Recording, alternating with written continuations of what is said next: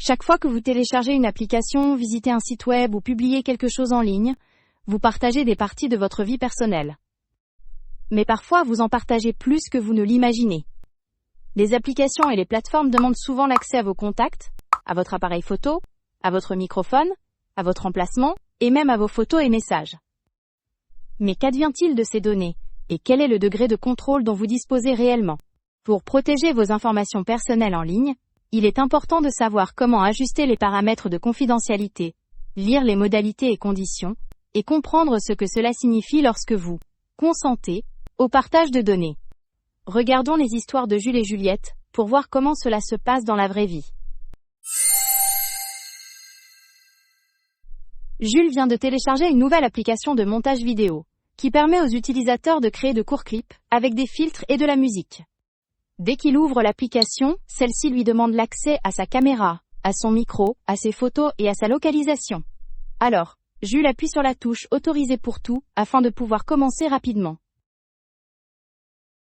Au cours des semaines qui suivent, il remarque des publicités sur d'autres applications qui semblent étrangement spécifiques, mentionnant des choses qu'il a recherchées sur son téléphone et son ordinateur. Préoccupé, Jules retourne à la liste de l'App Store et lit la politique de confidentialité. Cachée dans les petits caractères, une section indique que l'application collecte des métadonnées audio et vidéo, afin d'améliorer l'expérience utilisateur s'il lit et partage des données non personnelles avec des annonceurs. En principe, il a donné son accord en acceptant les conditions générales. Désormais plus conscient des risques, Jules ouvre les paramètres de confidentialité de son téléphone et bloque l'accès à la caméra et au microphone, pour toute application qui n'en a pas vraiment besoin. Si l'application a besoin de la caméra et du microphone, il clique sur « Autoriser uniquement » pendant l'utilisation de l'application. Jules commence alors à comparer les autorisations demandées par les fonctions réelles de chaque application. Par exemple, une application de lampe de poche ne devrait pas avoir besoin d'accéder à ses contacts ou à son microphone. Maintenant, voyons avec Juliette. Juliette utilise une application de messagerie populaire pour communiquer avec ses amis et sa famille.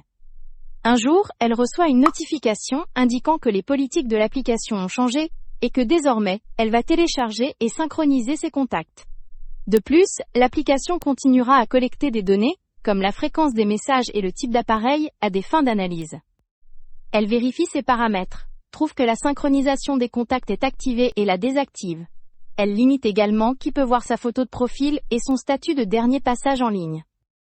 Consciente de l'importance du contrôle, elle examine les paramètres de confidentialité de toutes ses applications, et se soumet à la collecte de données dans la mesure du possible. Les histoires de Jules et Juliette nous apprennent des habitudes importantes pour protéger la vie privée en ligne. Examinons quelques habitudes supplémentaires. Tout d'abord, passez en revue régulièrement les autorisations de l'application, et désactivez l'accès à votre caméra, microphone, localisation ou contact, sauf si cela est absolument nécessaire. Vérifiez les paramètres de confidentialité de chaque application des réseaux sociaux et de messagerie. Limitez les personnes qui peuvent voir vos publications, votre profil, et votre activité. Lisez les conditions générales d'utilisation des applications avant de les installer. Si le langage est trop complexe, demandez de l'aide. Comprenez ce à quoi vous consentez, surtout lorsqu'une application demande à synchroniser des données, accéder à vos photos ou enregistrer de l'audio. Évitez de donner des autorisations au cas où, et n'approuvez que les fonctionnalités que vous prévoyez d'utiliser. Choisissez autant que possible des applications qui respectent votre vie privée, et qui ne collectent ni ne stockent vos données utilisateurs. Qu'il s'agisse de photos, de lieux ou d'enregistrements vocaux, chaque autorisation que vous accordez détermine la quantité qu'une application peut voir et partager.